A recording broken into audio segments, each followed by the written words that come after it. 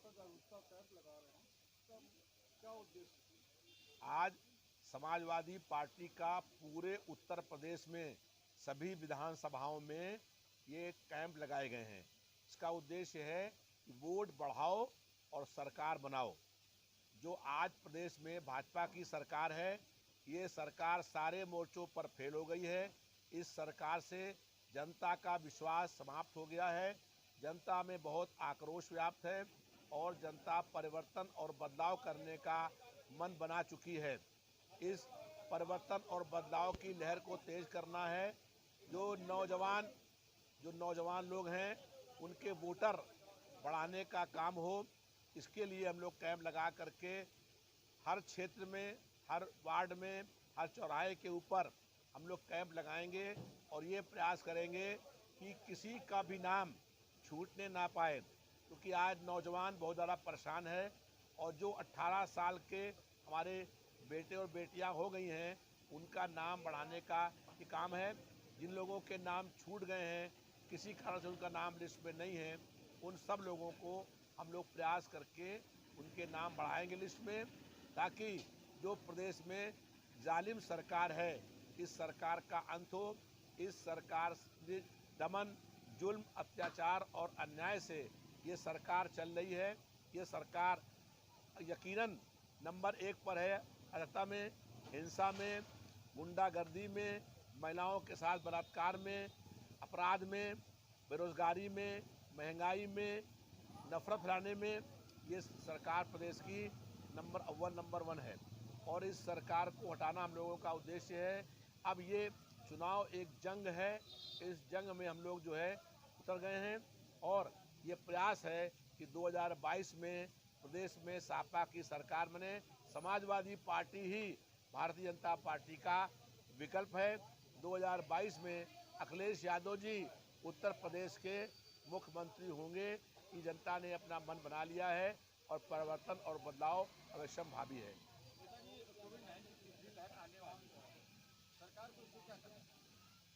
जो देश में कोविड फैला और इसमें लगभग 4.5 करोड़ लोग कोविड से बीमार हुए, इसके लिए पूर्ण रूप से भाजपा की केंद्र की सरकार दोषी करार है।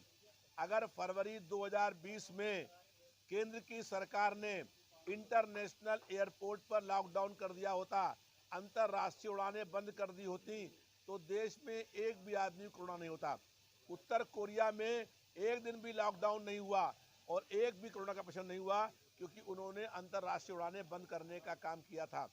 यहाँ पर जो 4.5 लाख लोग, करीब लोगों की मौतें हुई हैं, इन मौतों के लिए भारतीय जनता पार्टी की प्रदेश और केंद्र सरकारें जिम्मेदार हैं, जिन्होंने लापरवाही करी। दूसरी लहर में लोगों को ऑक्सीजन नहीं मिला और ऑक्सीजन न मिलने के कारण से लोगों की मौत हुई। अस्पताल में बेड नहीं थे और बहुत से लोग अपनी प्राइवेट गाड़ी में लोगों को ले करके गए और गाड़ी में ही लोगों की मौत हो गई।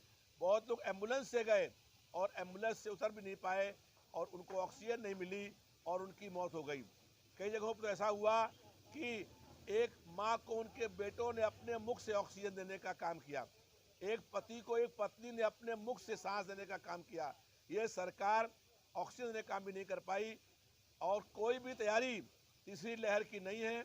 तीसरी लहर फिर आएगी और इस सरकार ने 4.25 साल में एक भी अस्पताल नहीं बनाया है और ये सरकार कहती है कि हमने कब वादा किया था कि हम अस्पताल बनाएंगे। अस्पताल कोई बना नहीं है, कहीं कोई बेड बढ़े नहीं है, ऑक्सीजन की कहीं कोई फैक्ट्री लगी नहीं है, कहीं पर इस सरकार ने कोई काम नहीं किया है। ये सरकार केवल चाहती है सांप्रदायिक सद्भाव खराब हो, हिंसा हो, नफरत फैले और उसके सहारे ये सत्ता में आ जाती हैं। जो इन लोगों ने वादे किए थे, किसी वादे को पूरा करने का काम इस सरकार ने नहीं किया है। हम लोगों ने जब सरकार थी 2012 में, अखिलेश यादव जी ने अस्पताल में काम किया। आप देखते हैं कितना बड़ा लोहिया अस्पताल लखनऊ बना हुआ है, लोहिया आयुर्विज्ञान संस्थान बना हुआ है। यहाँ पर तमाम एम्स क्या है, अपोलो आया, वेदांता आया, ये सब लोग सरकार में आने का काम हुआ। इस सरकार में कहीं किसी ने भी कोई प्रयास नहीं किया और ये सरकार जनता के जीवन के साथ खिलवाड़ करने का काम कर रही है। लोग कोरोना से कितने लोगों की मौत हुई, उससे अधिक लोगों की मौत भूख से हो गई। और जो लोग जहां फंस गए थे 25 मार्च को अपने घर वापसी नहीं कर पाए और रास्ते में लोगों की मौत हो गई। ये सरकार कोरोना से निपट पाने में पूर्ण रूप से अक्षम साबित हुई है। इस सरकार को एक दिन भी अब सत्ता में रहने का कोई नैतिक अधिकार नहीं रह गया है।